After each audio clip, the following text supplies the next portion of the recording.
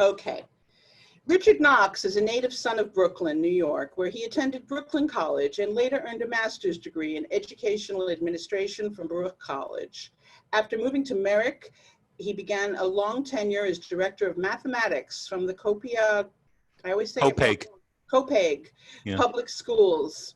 Following his retirement, he began to develop a series of multimedia presentations on his first love, the performing arts. His list of current programs includes Broadway musicals, film, opera, 20th century songwriters, and vocalists. And I'm delighted to tell you that he's going to continue bringing us such wonderful programs in the future. We're very lucky to have found Richard, or Richard found us. I'm not sure how it happened, but we are delighted that Richard can come to us virtually from New York to Boca Raton. Since embarking on his second career, Richard has presented at over 100 venues in Long Island, Queens, and Westchester, and now he can add Florida to that list. Thank you, Richard. Thank you, Stephanie. I appreciate the introduction. So we're ready to go? Yes, we're ready to go. Okay. Yeah, I'm going to go to my screen share and then just a couple of introductory notes. I usually don't like reading anything during the program. But I made one exception with the very beginning. So you're not going to see a whole lot on the screen share until the first note is finished, except a little orange cone for my VLC media player. Okay, so why don't we get started? Here we are in 2020, stuck in isolation at home, trying to manage our lives while the entire world attempts to deal with a pandemic, the likes of which none of us has ever lived through. So perhaps it might be wise for us to take a trip back in time to another day 75 years ago when our country was also in crisis. It was April 19th, 1945. World War II was still raging on. Adding to the country's misery was the passing of President Roosevelt only a week earlier.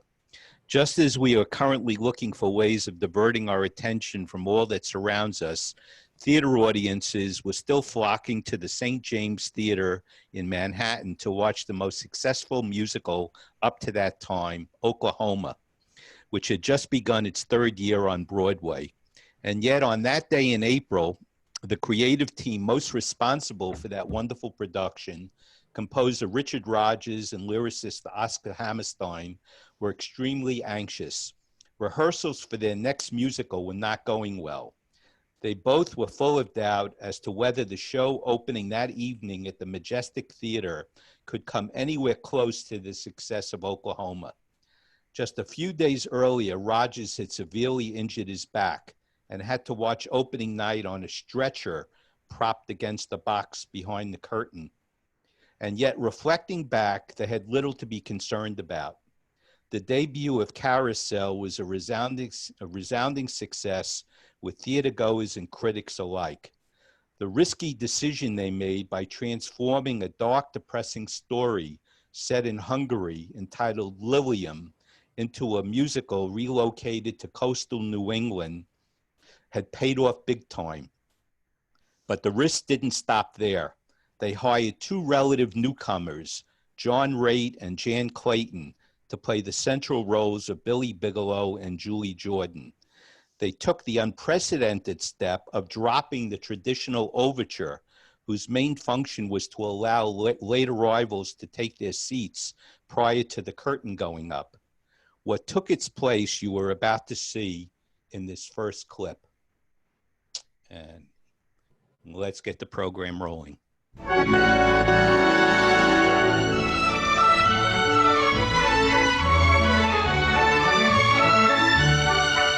In 1945, when Carousel was first done, every musical began with an overture. And if something is done 8 times, 18 times, 80 times, then it's very hard not to do it. But it was very easy for Rodgers not to. For Carousel, he and Hammerstein decided they were going to start with an 8-minute pantomime to music. That's what I mean about simple solutions. It's simple to Rodgers, but no one else ever thought of it.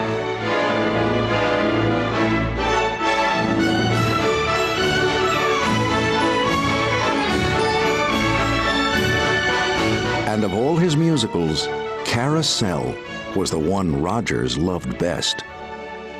Well, I think it has more to say, both dramatically and musically, than anything else I ever did.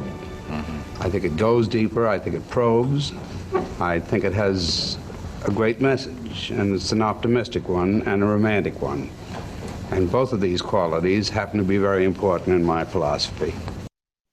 Okay, so you heard playing in the background there the opening strains of the wonderful Carousel waltz that substituted for the overture, as the clip was alluding to. The orchestration behind that, you know, Rodgers didn't do that alone. He had a wonderful arranger named Richard Russell Bennett, who worked with him not only on that, but on Oklahoma, and then later worked with Lerner and Lowe on some of their shows, including Brigadoon. And the arranger is the one who really gets to decide which instruments are playing which pieces of music during a particular melody. The piece that you're going to see next, this next clip, to really get a full appreciation of just how great a piece of instrumental music the Carousel Waltz is, you're going to see a full-length version of it performed by John Wilson and the BBC Orchestra. This was taped at the Promenade Concerts in 2010. And keep your eyes open for just how many different instruments Rodgers and Bennett make use of during this. You're going to see trombones and timpani and tubas, and even a triangle pops up at one point. It's just an amazing piece of music when it's played with a full symphony orchestra, such as you're going to see here. So let's check out our next clip.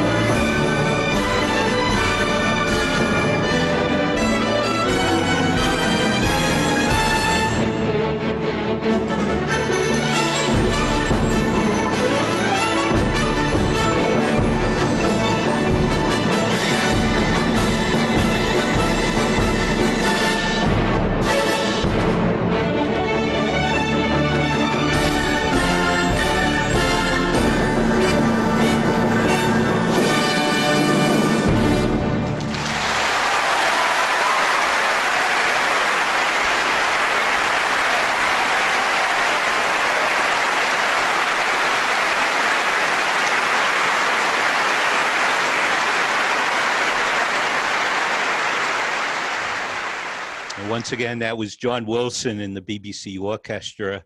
And as I said at the beginning, when you hear whether it's an overture or, in this case, a substitute for an overture played by a full symphony orchestra, as opposed to what you normally get in the theater, where you get a much smaller number of musicians in the pit, you know, the sound is just amazing, and it really embellishes the entire music that you heard there in the Carousel Waltz. And one other thing I ought to mention, one of the functions of the overture, in addition to giving people extra time to get to their seat, is that it gives you kind of a hint about some of the songs you're going to hear later. You usually hear 4 or 5 different melodies that are woven into some of the numbers that are sung vocally later in the show. What Rogers did here, however, and he really broke the mold. You never hear any of the Carousel Waltz in any of the vocals. The only time you hear it is much later in the show, late in the second act. And I'm not going to preview it now for you, but I'll warn you when I show another clip later, the ballet sequence. That is the only other time that any of that wonderful music that you just heard that opened the show reappears later on. So the first vocal that you do hear is not actually sung by either of the 2 leads, Julie Jordan and Billy Bigelow. They get their time in the sun a bit later. The first vocal is sung by the character of Carrie Pepperidge, who is Julie's best friend. And in this clip, you're going to get a chance to watch the talents of the wonderful Audra McDonald, 6-time Tony Award winner, who won her first Tony back in 1994, playing Carrie in the wonderful Nicholas Heitner production that was done at Lincoln Center in Manhattan. So here's our chance to watch her sing the first song that's actually used in the production. And let me play it for you next.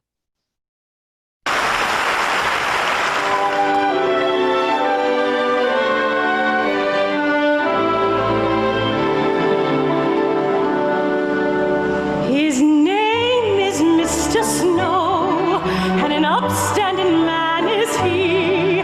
He comes home every night in his round-bottom boat with a net full of fishes from the sea. An almost perfect beau, as refined as a girl could wish. But he spends so much time in his round-bottom boat that he can't seem to lose the smell of fish. First time he kissed me, the whiff of his clothes knocked me flat on the floor of the room. But now that I love him, my heart's in my nose, and fish is my favorite perfume. Last night he spoke quite low, and a fair-spoken man is he. And he said, Miss Pepperidge, I'd like it fine if I could be wed with a wife. And indeed, Miss Pepperidge, if you be mine, I'll be yours for the rest of my life. Next moment we were promised, and now my mind's in a maze. For all it can do is look forward to that wonderful day of days.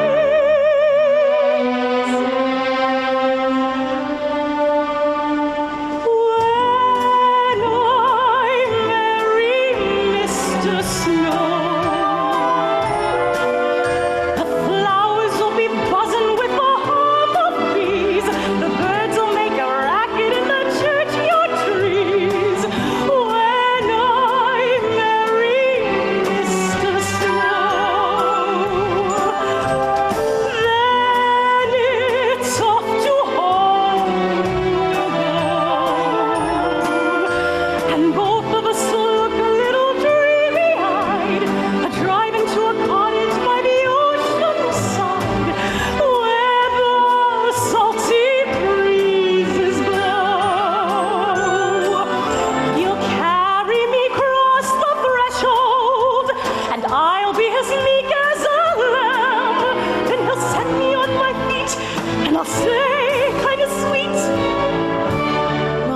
snow.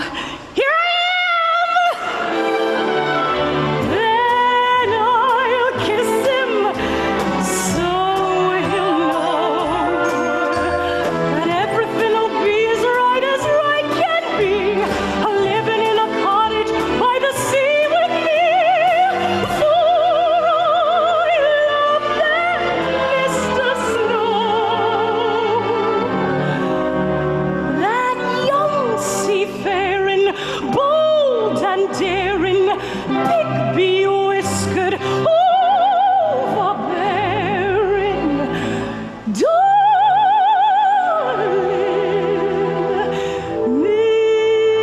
Mr. Snow.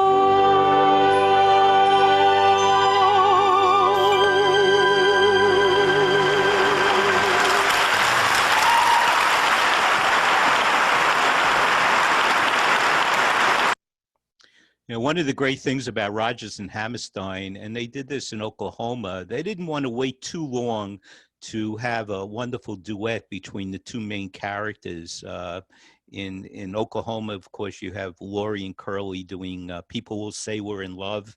And shortly after Carousel opens, you have the wonderful bench scene between Julie and Billy Bigelow, where they kind of hint at first. They start out flirting, and then before you know it, at the end of the song, at the end of the entire scene, they really have fallen head over heels in love with each other. What I put together here are two clips kind of melded together. The main part, of course, is, and we're fortunate to even have this, because on March 24th of 1954, the General Foods Corporation was celebrating their 25th anniversary, and they put together a 1-hour tribute to Rodgers and Hammerstein on all three networks for 1 hour on ABC, CBS, and NBC. It was hosted by Mary Martin, and they brought on as many of the original cast members as they could find from the shows that had already been written. Mary, of course, did a wonderful duet with A.C.O. Pinzer of Some Enchanted Evening from South Pacific. And John Raitt and Jan Clayton reprised their roles 9 years later as Billy Bigelow and Julie Jordan. Drew a blank for a second, and they performed the bench scene. What I added to it was some narration from a wonderful documentary about Richard Rodgers from the American Masters series. So you're going to hear people such as Barbara Cook, Julie Andrews, Adam Gittell, who's Richard Rodgers' grandson, and Jonathan Schwartz, the radio personality, who knew both of them quite well, add a little embellishment and commentary to the scene to kind of put it more in context. It's certainly not only the highlight of Carousel, but perhaps the greatest number ever produced on Broadway in the context of a musical theater production. So let's check this next one out. One of the most famous moments in musical theater, and certainly in the work of Rodgers and Hammerstein, is the very well-known bench scene from Carousel. It's almost a play within a play. Ain't you scared of me? I mean, that's what that cop said about my taking money from girls. I ain't scared. That's your name? Julie? Julie something? Julie Jordan. You're a queer one, Julie Jordan. Ain't you sorry that you didn't run away? You can still... The bench scene is a perfectly good example of how music can be used to express doubt, trepidation, hesitation, full-on enthusiasm, and all those things are going on in that scene. It's a courtship ritual, it's a mating dance, and it's being expressed through his specific musical language. Ain't you ever had a feller you'd give money to? No. Ain't you ever had a feller at all? No. Well, you must have had a feller you went walking with. Yes? Where'd you walk? Nowhere special I recall.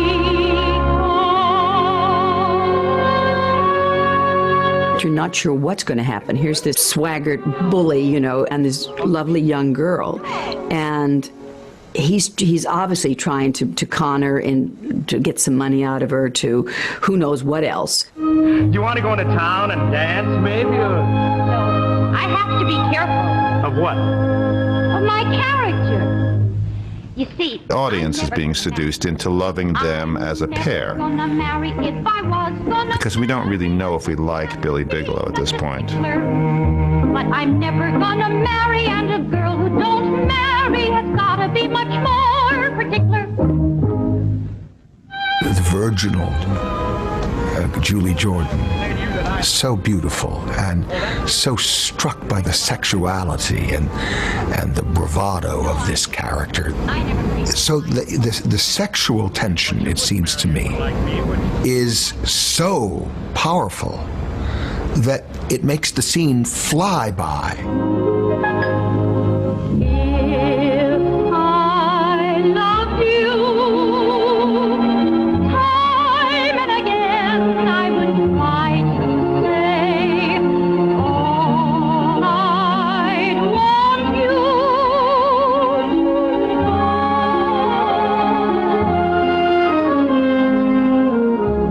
Julie becomes totally expansive. She becomes a kind of eternal feminine.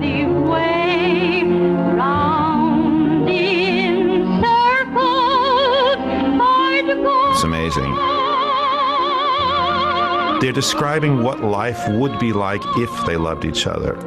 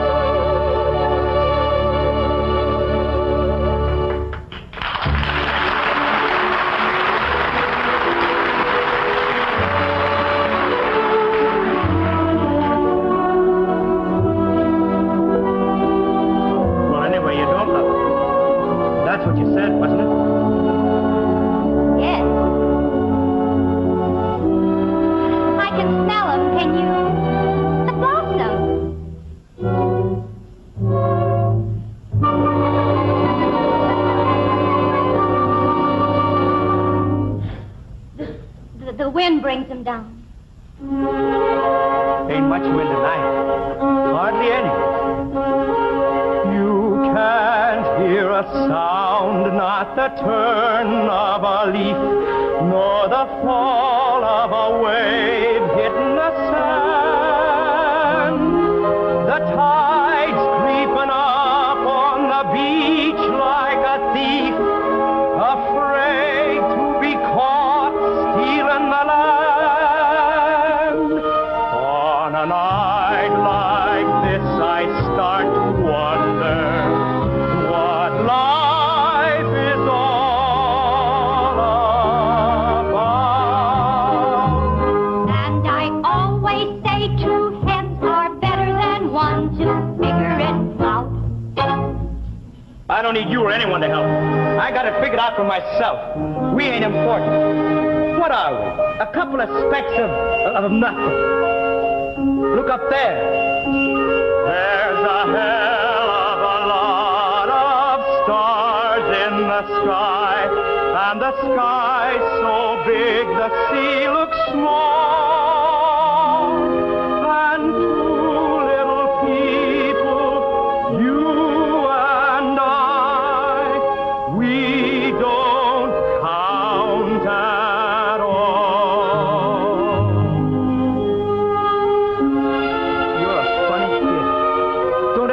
meet another girl like you. You trying to get me to marry you? No. Well, then what's put it into my head? You're different, all right. Can't think what it is. You look up at me with that little kid face like you trusted. I wonder what it'd be like. What? Nothing. I know what it'd be like. It'd be awful. I can just see myself.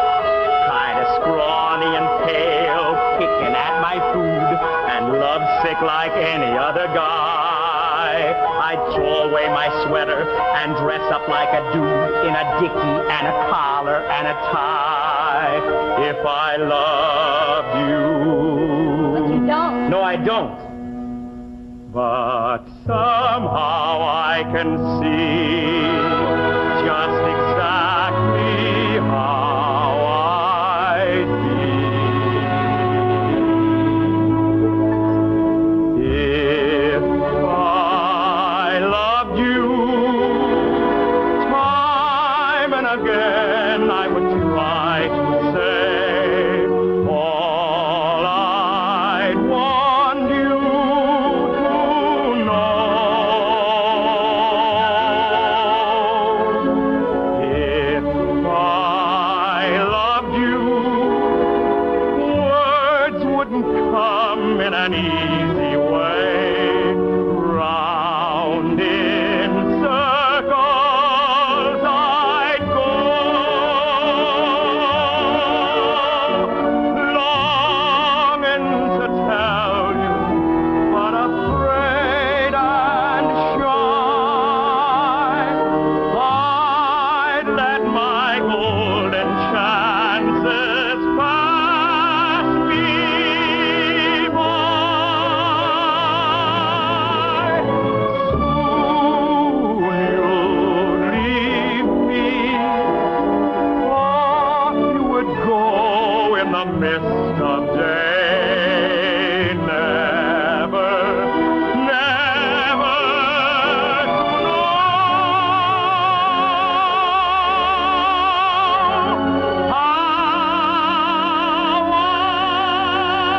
I love you. If I loved you.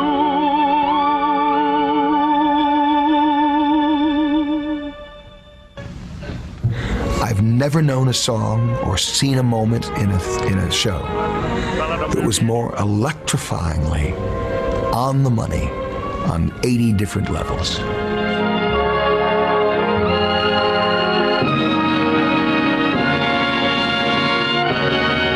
And one of the great kisses in Broadway history, accompanied by a great harmonic progression.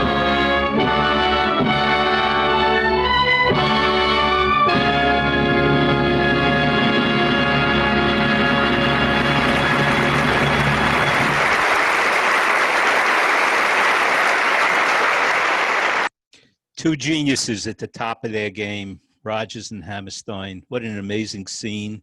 And I can only echo that comment about Jonathan Schwartz gave towards the end about, not knowing a better moment, basically, in Broadway history than the bench scene in Carousel. So how did Carousel actually get to be a musical? Because it didn't start out that way. I alluded to the fact in the beginning that it was based on a very dark Hungarian play named Lilium.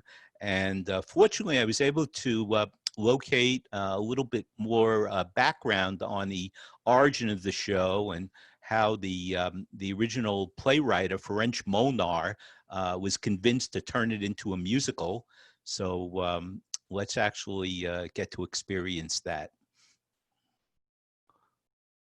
After Oklahoma, Rodgers and Hammerstein were looking for a new project, and surprisingly, they didn't try to coast on what they had done before in an all-American theme. They went to something very dark, a European play called Lilium. And it was written by a Hungarian playwright named Ferenc Molnár. He was a Hungarian emigre. He wore a monocle. He draped his overcoat over his shoulders. And his plays were very fantastical, very theatrical. They involved coincidence. And his play Lilium was about a carnival barker named Lilium and his tragic affair with a woman named Julie. And he's sort of a brutal guy, and he slaps her around. Ben moi si tu veux, pas devant moi.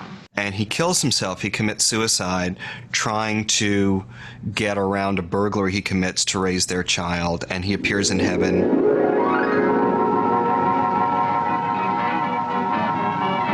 He comes back from heaven to see her years later.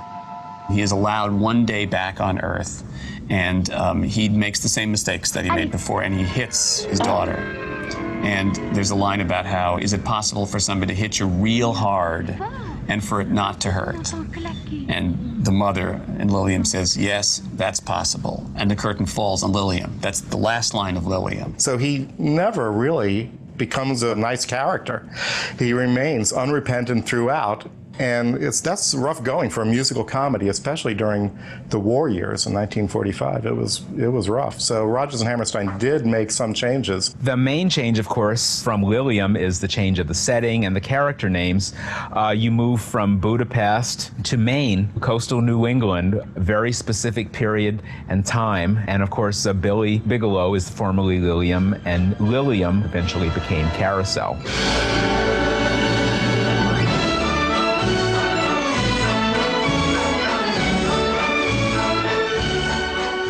The other problem of adapting Lilium was the end. After his first visit back to Earth, he's offered another chance. He refuses it.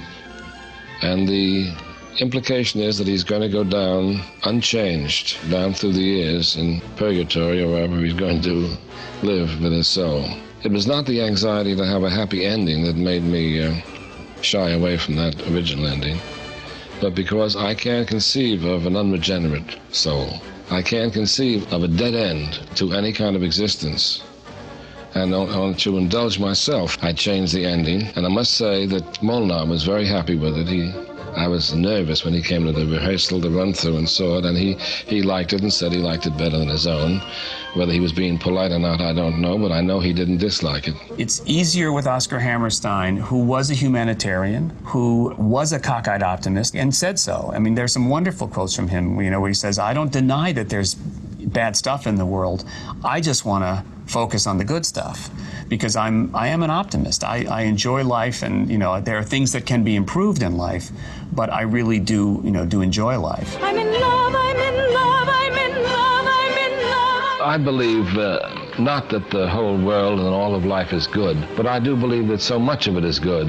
My inclination is to emphasize that side of life, and it's a natural inclination. It's not something I've developed.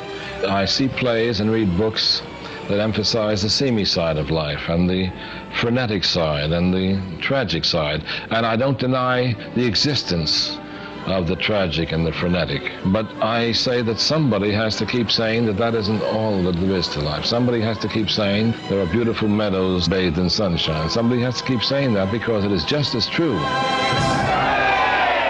Rodgers supposedly looked at it and said, got to tell you, it's really not our cup of tea. It's a fantasy, which is very hard to make work on stage, and it's Hungarian, and what do we know about Hungary? Maybe it could be relocated to another city. And according to Rodgers, he said, well, I don't know, it could be New England, maybe. It was Dick Rodgers who suggested New England, which was an outlandish suggestion, but which all of us hopped onto immediately and thought would be very good, and a background in which we'd all be very much at home. I think the minute they made it American, they could totally tap into their own instincts. They were both fathers, and to them the whole notion of Billy Bigelow, as Lilium was now called in their version, becoming a dad and facing responsibility and owning up to what it would mean to think of someone other than himself for the first time in his life was great for them. And supposedly the first number they wrote for the show was Soliloquy. And that's the number you're about to hear next. Just one quick aside, you might have recognized from the film version of the play Lilium, that was Charles Boyer playing Lilium. the character that was eventually evolved into Billy Bigelow. So soliloquy is the way that character gets to kind of address the audience. And of course, it starts out with him imagining Julie giving birth to a son. They didn't have prenatal testing back then, so you didn't know what you were getting. And then midway through the song, and this was probably Roger's influence because he had 2 daughters, so he probably convinced Oscar that maybe he should have second thoughts about the gender of his child, the child that hasn't been born yet. So here, once again, from that 1954 TV special is John Ray doing Soliloquy.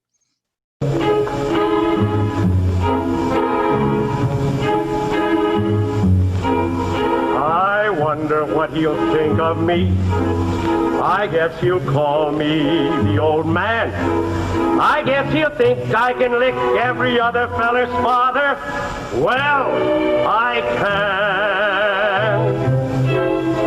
I bet that he'll turn out to be the spitting image of his dad. But he'll have more common sense than his pudding-headed father ever had. I'll teach him to wrestle and dive through a wave when we go in the mornings for our swim. His mother can teach him the way to behave, but she won't make a sissy out of him. Not him, not my boy, not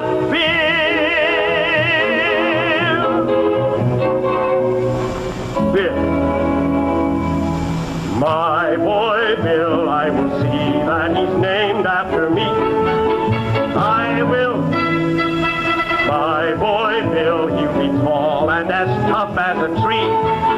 Will Bill, like a tree, he'll grow with his head held high and his feet planted firm on the ground. And you won't see nobody dare to try to boss him or toss him around.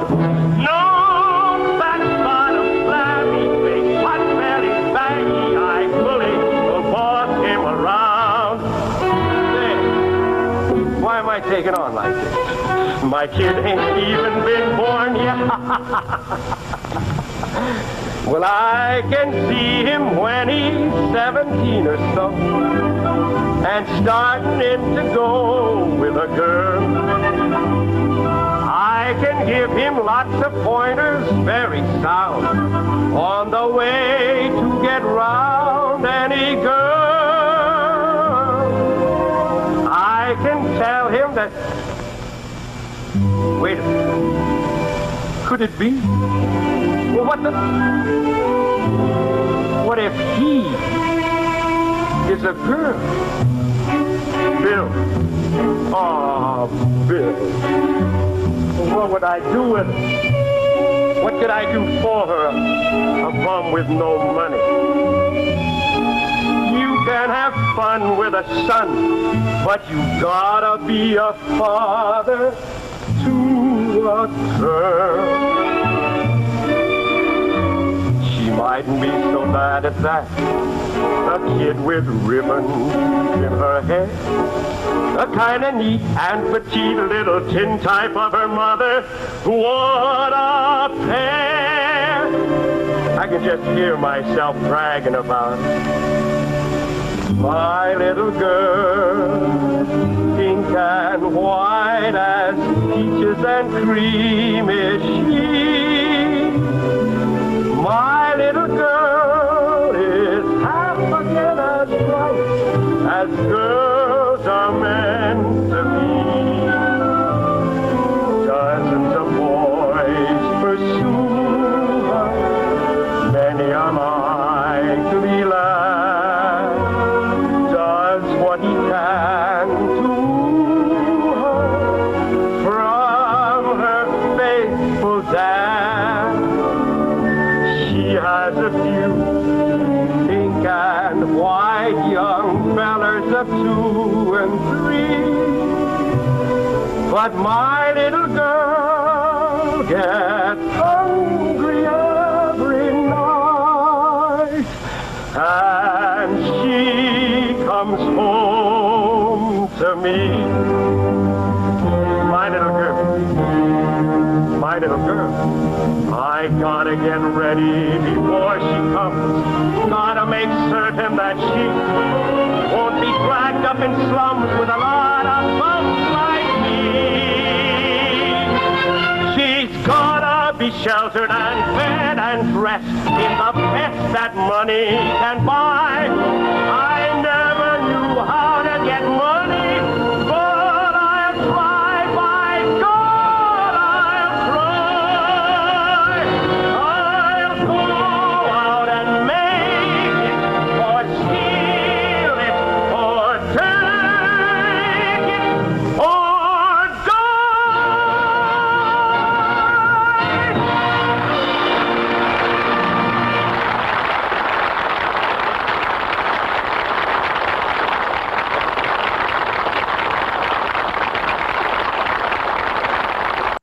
Yeah, what an amazing tour de force by the original Billy Bigelow, John Raitt, doing soliloquy. Now, as we all know, in the movie version, you saw a little of Shirley Jones being interviewed in the bench scene clip. Shirley played Julie Jordan, and Gordon McRae was paired with Shirley just as they were for Oklahoma a year earlier. He got the role of Billy Bigelow, but he was not the original cast member or the original person that was thought to sign on, because they had already contracted with Frank Sinatra to play Billy Bigelow.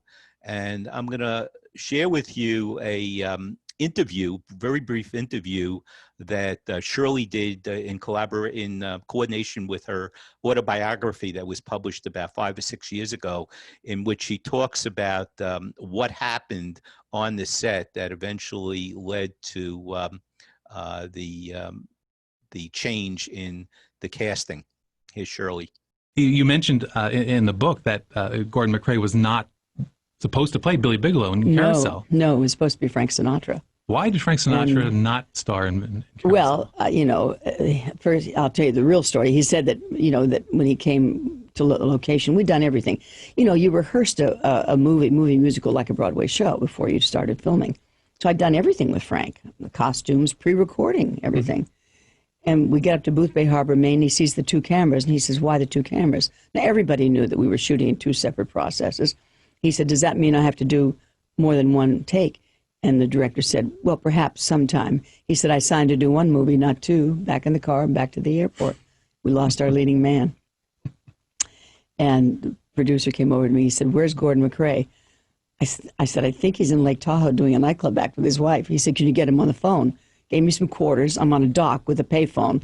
Put him in and got Gordon on the phone and said, "You want to play Billy Bigelow in Carousel?" He said, "Give me 3 days. I have to lose 10 pounds. And that's how he got the part. What was the real reason, Frank? The real reason, I just found this out a few years ago. I was in a press conference with some old guys from the press. They said, "Don't you know why Frank left?" And I said, "No, why?" He said, Ava Gardner called him and said, she was doing, in Africa, doing Magambo with Clark Gable. And she said, "Unless you get your fanny down here, I'm having an affair with Gable."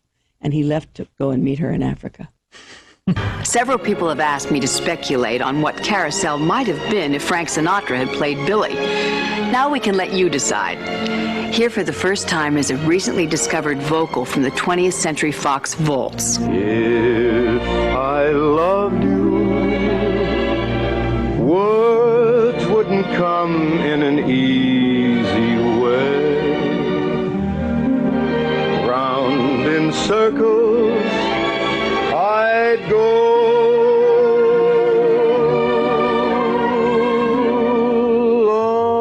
longing to tell you, but afraid and shy.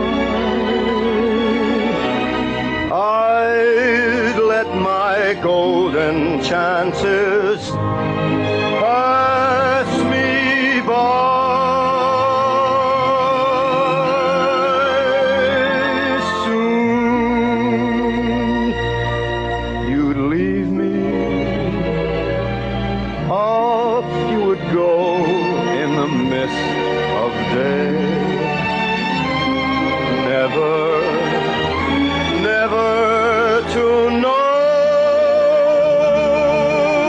Ironically, 3 weeks into shooting, technicians back in Los Angeles discovered a way to convert the CinemaScope 55 image to standard 35 millimeter, eliminating the need for duplicate takes.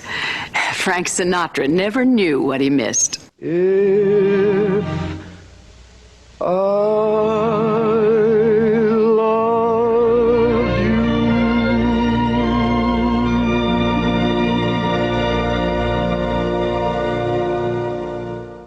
So a fascinating bit of Hollywood history, what might have been had Frank, of course, not turned down the role of Billy Bigelow and wound up being, as we said, the original choice to play him in the movie version. So Billy, as Lilliam did in the play, tries a robbery and it's not successful and winds up committing suicide. And this scene, which occurs when he's not quite dead, but he's lying on the ground bleeding, and Julie finds him and some other of the cast members, Nettie Fowler and a few others who were returning from the clam bake that they had just been to. And it leads to one of the most inspiring numbers, not only in Carousel, but in the entire American musical theater. This clip is going to be Shirley Verrett, who played the role of Nettie in the '94 Lincoln Center production that featured Audra McDonald, as we saw earlier. And she's going to get to sing this amazing ballad. There's something I got to tell you. I couldn't say anything ahead. Julie? Yes? Hold me tight. I am holding you tight all the time. Julie.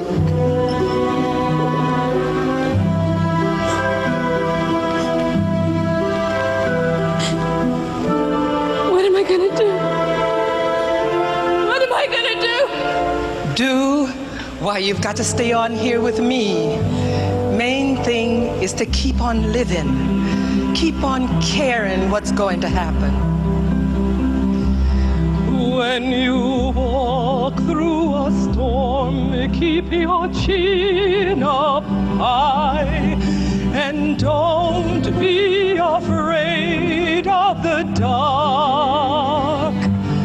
At the end of the storm is a golden sky and the sweet silver song of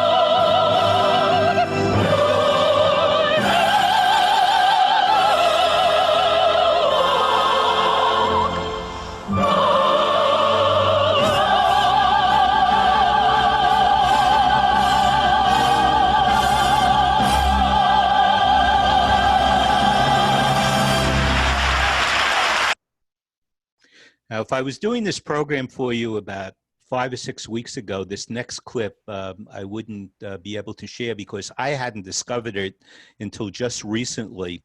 There's a wonderful ballet sequence in the second act of Carousel that's performed by Louise, the daughter of Billy and Julie Jordan. And this is the only known footage from the original production. Remember the scenes you saw earlier with John Reid and with Jan Clayton were from the 1954 reprise, so to speak, of the numbers on that General Foods special. But fortunately, Rogers and Agnes DeMille, who did the choreography, Agnes DeMille, by the way, was the niece of Cecil B. DeMille, the famous film director. She did the choreography not only for Carousel, but for Oklahoma 2 years earlier. And they wanted to tape the actual ballet sequence performed by the wonderful Bambi Lynn, who's at the center of it. And when, so this is done without an audience on stage with musical accompaniment. When she actually did perform it on stage, they actually had to stop the show. The audience would not let Bambi Lynn leave the stage without acknowledging, getting out of character, and taking a bow for her performance. So the whole thing, I think, ran about 12 minutes. I'm going to share with you, in the interest of time, perhaps just the first 7 minutes of it. And remember, as I said earlier, this is the only known footage taken from the original cast production. Here's Bambi Lynn doing the ballet from Carousel, taped in 1945.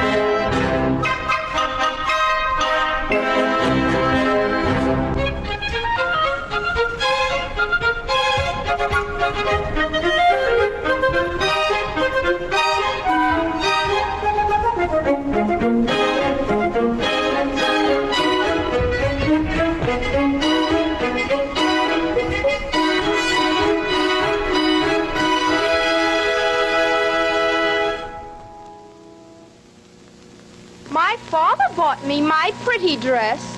My father would have bought me a pretty dress, too. He was a barker on a carousel. Your father was a thief.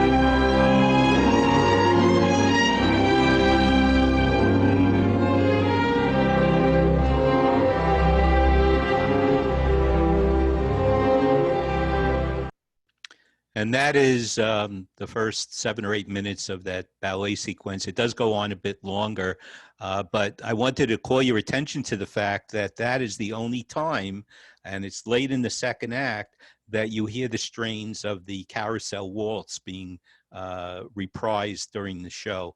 I mentioned that there would be one time that it comes back, and it's during that sequence. It's called Billy Makes a Journey in the program.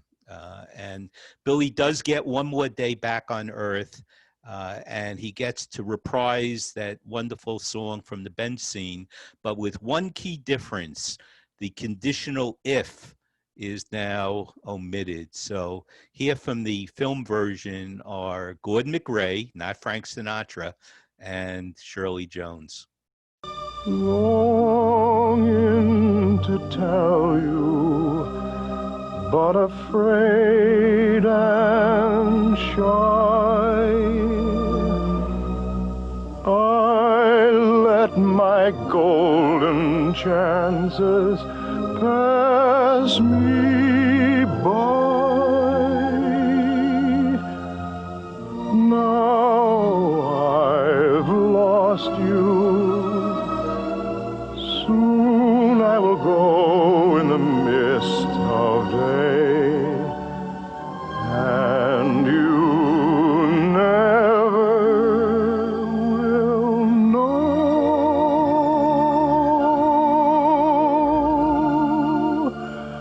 how I loved you,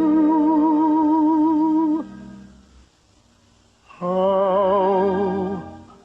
I loved you.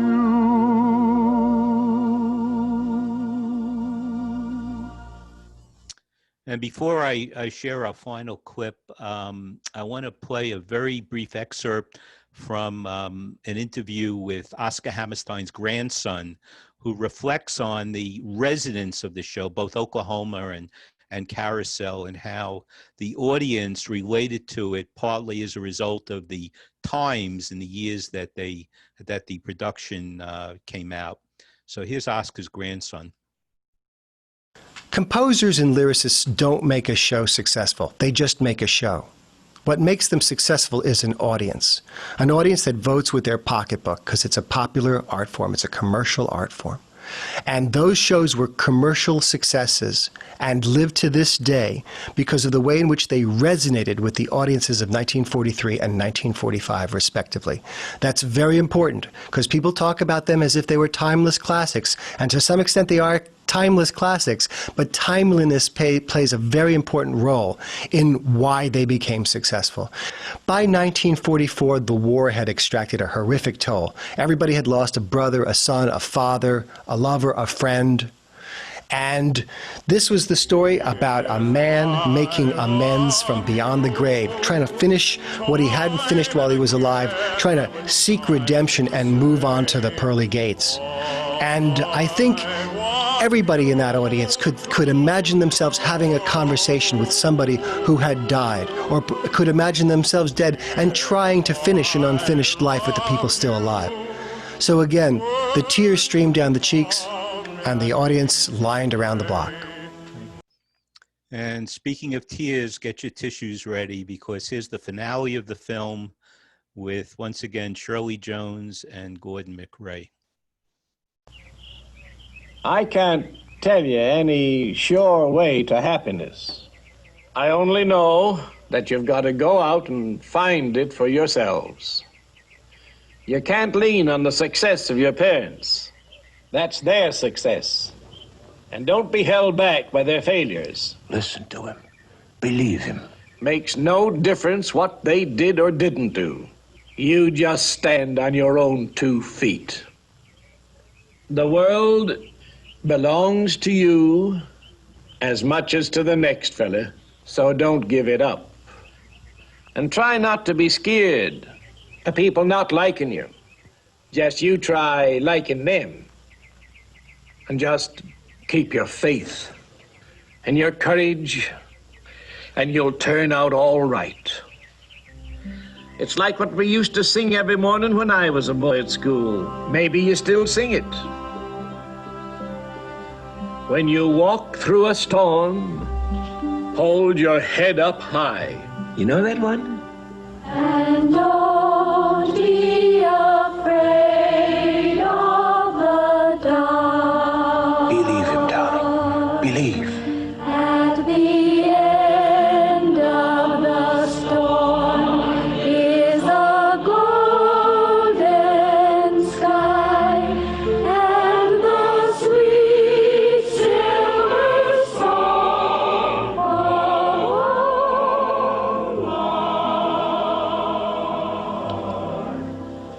I loved you, Julie. Know that I loved you.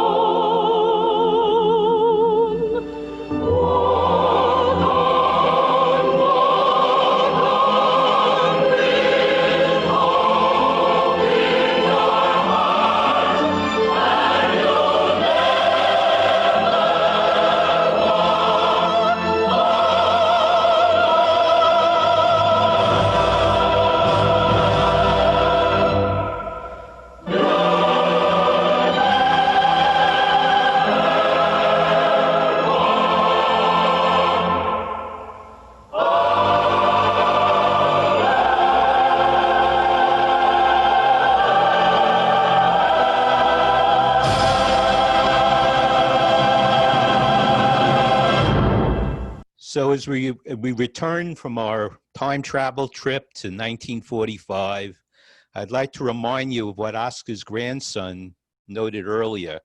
Just as Carousel helped inspire audiences at that time to look forward to a brighter future, our younger generation is helping us manage the current storm we're all facing.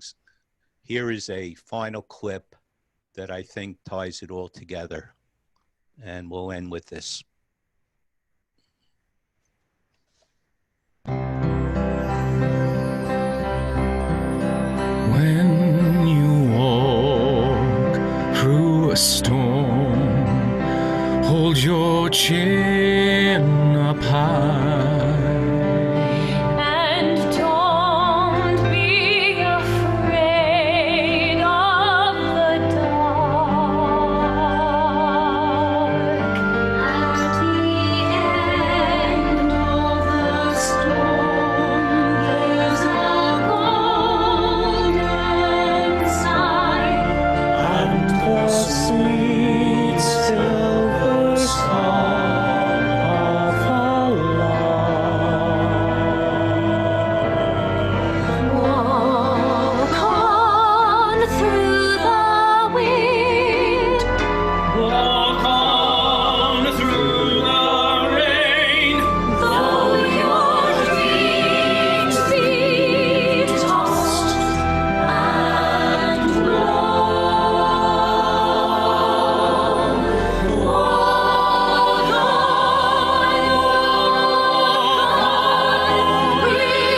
in your heart, and you'll never